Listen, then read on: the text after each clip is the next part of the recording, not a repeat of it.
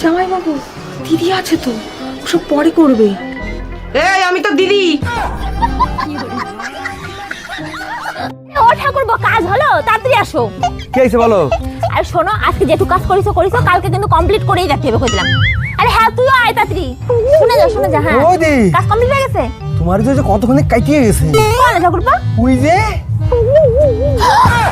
खत्म, bye bye, टाटा, good bye, गया।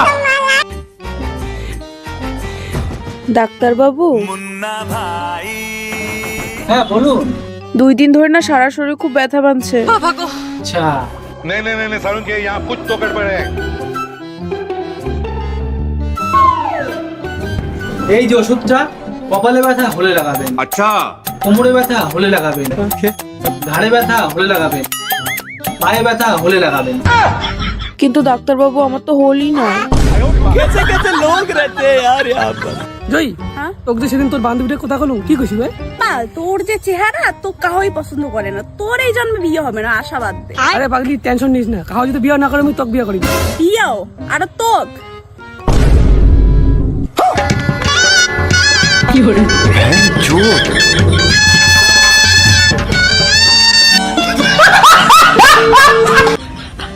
শরীরটা এত খারাপ, তারপরে যে আমাদের কাজ করাবে বাড়ির সবটা।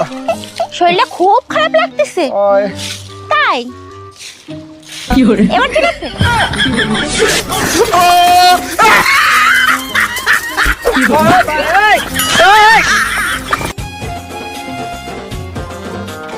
আরে লাইটটা কিভাবে মারছো? ঠিক করে মারো।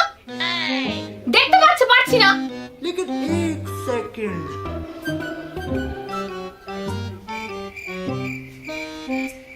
উফ, তুই লাইটটা ঠিক করে মারতে পারো না? একটা সহজ কাজ তোমাকে দিয়ে হয় না, জানো তো? अच्छा এই ধরো তো, ধরো। লাইট মারতে পারে না, ধরো, পড়াও।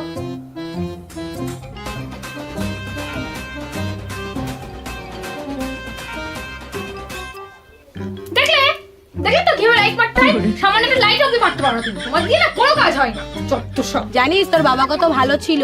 আমার বাবার বিয়েতে 50 জন কন্যা যাত্রী আসার কথা ছিল, সেখানে 100 জন কন্যা যাত্রী এসেছিল। তোর বাবা একাই সামলাইছিল।